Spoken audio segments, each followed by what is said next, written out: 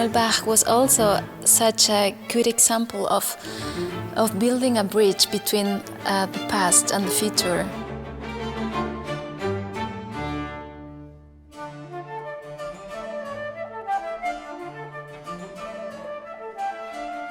He was like a master of surprising, and with all of this creativity and fantasy, he kind of opened a door to the future, to develop, to keep developing.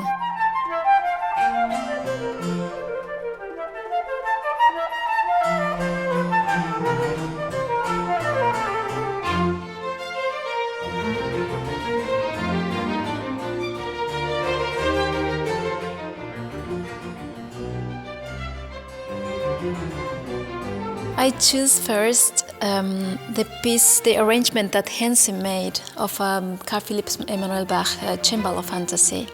I discovered the piece, it was new for me, and I thought it's a great piece, and it was composed to be played together with a Mozart double concerto. And so when I found the piece, I thought, okay, like the project was really born, and all these three pieces were really together, because the Mozart concerto is really connected to the Henze arrangement of Bach, and then I thought I have to put some original Bach as well, and I chose the D-moll flute concerto, and the Cecilia was born.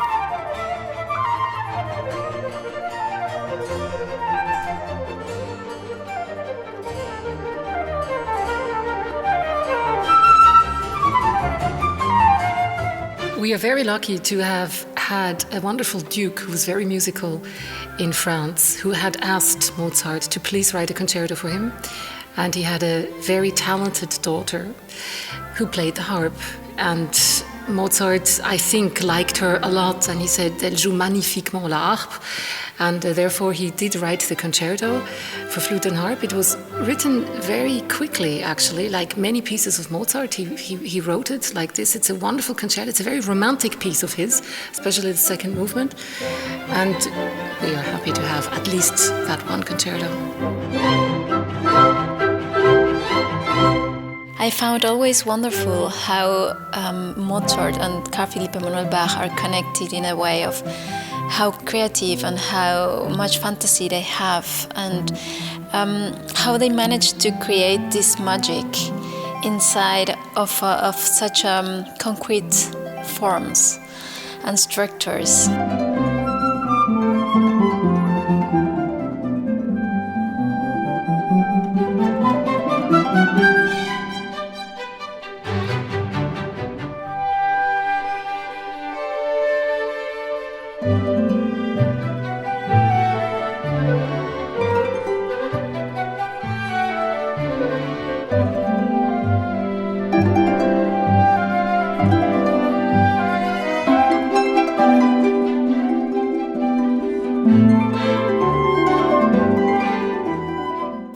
Things together, and then she said, "You know this piece by Carl Philipp Emanuel Bach and the transcription by Henze?" And I didn't know it, actually, so I'm very happy to have made the acquaintance. I love Carl Philipp Emanuel Bach, like a fantasy with a lot of twists and turns one would not expect.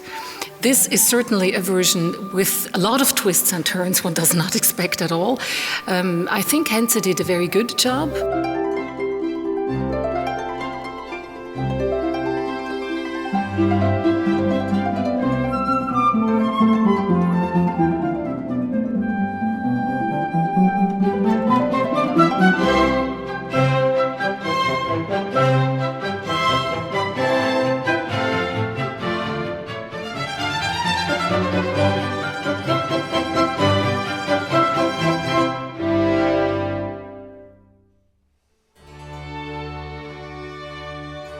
Das Orchester phänomenal, weil sie ja ohne Dirigenten spielen, und das ist ein unglaublich tolles Zusammenspiel, was da stattfindet, was man in dieser Form nicht so oft vorfindet.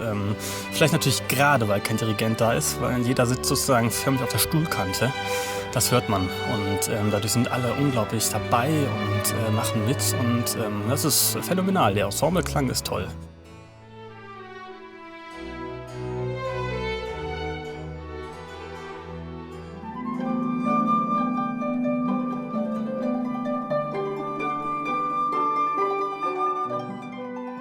wunderbar in einer herrlichen Umgebung, einem Luftkurort hier in Mülheim, diese Kirche nutzen. Ein traumhafter Saal, klingt wunderbar. Man hat wunderbar Platz, hier zu sitzen und ist doch beieinander.